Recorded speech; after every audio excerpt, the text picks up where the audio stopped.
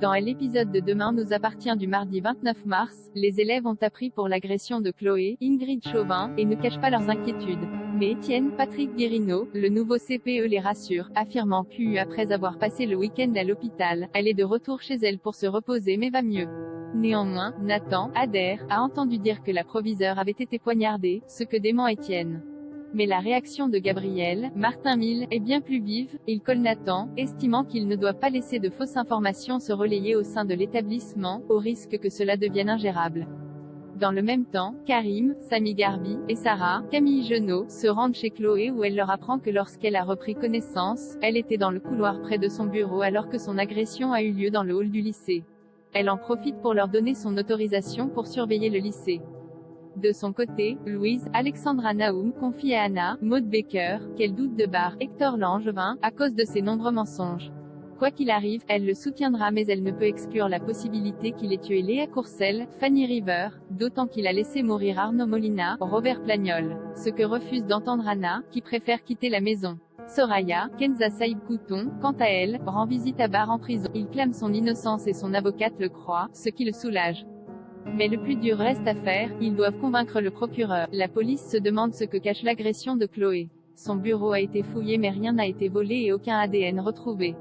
Ils sont persuadés que cela a un lien avec l'incendie de 2019. Alors qu'ils patrouillent dans le lycée, Sarah fait part à Nordine, Youssef Agal, de ses soupçons, le fait que l'agresseur de Chloé a voulu faire diversion en retournant son bureau et en mettant son corps loin du lieu qui l'intéresse. Les deux policiers sont alors intrigués par une porte près du grand escalier, qui les emmène dans les fondations du bâtiment. Nordine aperçoit de la terre qui a été soulevée. En fouillant un peu, il découvre un os humain. Ce qui a empêché, de justesse, Victoire et Samuel de craquer. Damien, Adrien Robe, a un dégât des eaux dans son appartement.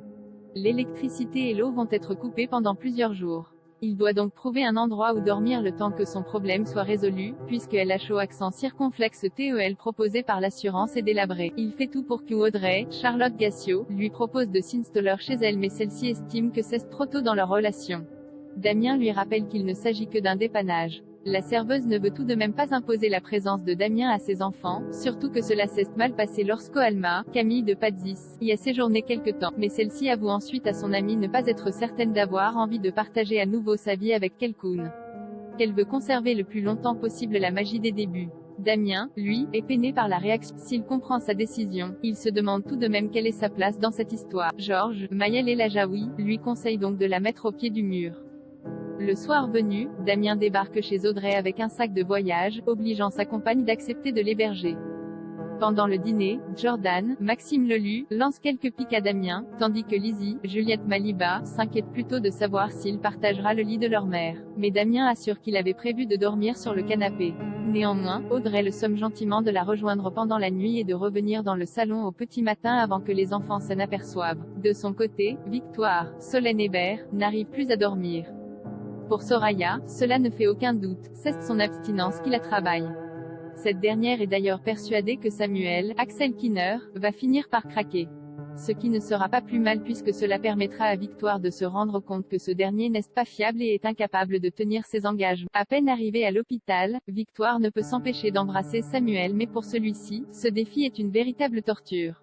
Il se demande si cela a encore du sens pour eux, surtout qu'ils sont désormais épiés par tout l'hôpital qui a pris des paris sur eux. Victoire lui propose donc d'aviser autour d'un dîner mais Alma, de passage pour un examen, les surprend, ce qui les met terriblement mal à l'aise. Après leur dîner romantique, Victoire fait comprendre à Samuel qu'elle ne peut plus attendre et les deux tourtereaux s'embrassent avec passion.